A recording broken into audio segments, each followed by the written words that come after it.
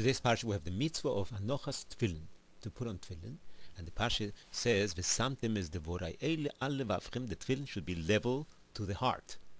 Rashi in Menachos, as well as in Masechta Megillah, Daf Chof Dalet, Menachos Lamed Zayin, that the tefillin should be begova shebeyat, in the high part of the zroya, somoch lekosef, close to the shoulder.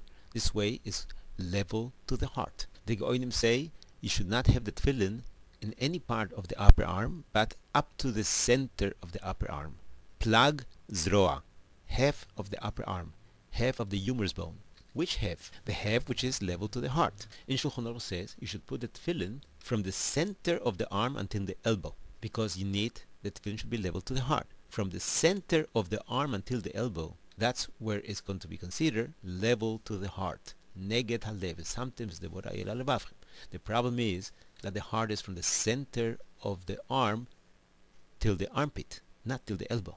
And the Shulchan Aruch is following Rabbeinu Peretz, who explains that the Geonim say that the tefillin should be placed from the plag zroya until the atzil, and the atzil he calls the elbow, like Toysves says.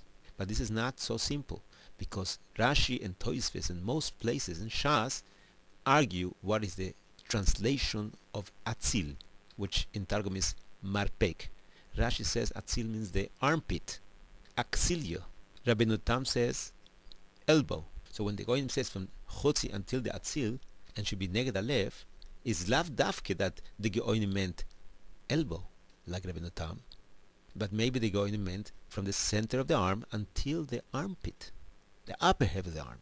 Therefore, the Vilna Gaon argues with the Shulchan Aruch and the Ramo, and it says that you may put the tefillin on the upper half of the arm. But according to what we just said, you should not be able to put the tefillin in the lower half of the arm, especially since we need the tefillin should be level to the heart.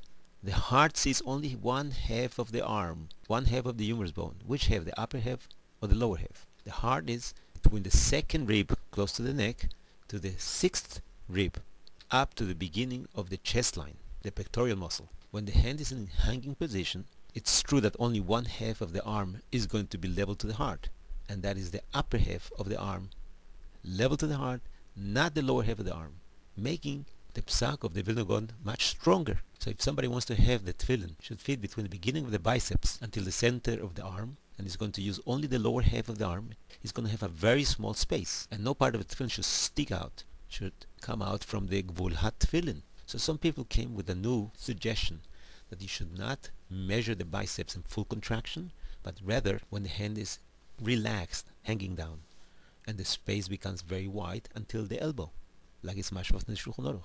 Some say no, we need bosor tofuach, contracted bicep, but it's going to be a very small space. So they decided to make semi-contracted. It is a kulo, especially today's tefillin are much bigger than the tefillin I used to have in Europe. Ben be'Ashkenaz, ben be'Sfard, the tefillin were very small, like Beis Yosef says. The meaning was to have the tefillin pochos miketzba by the titur.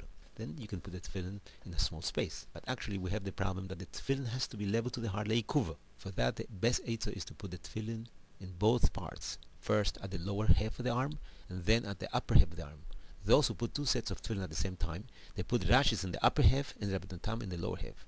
Even then, you should be machmir and put each one of them separately in both sides to be yotze midei sofik. The truth is, there's no sofik whatsoever. The heart is not at all lower than mid humerus bone.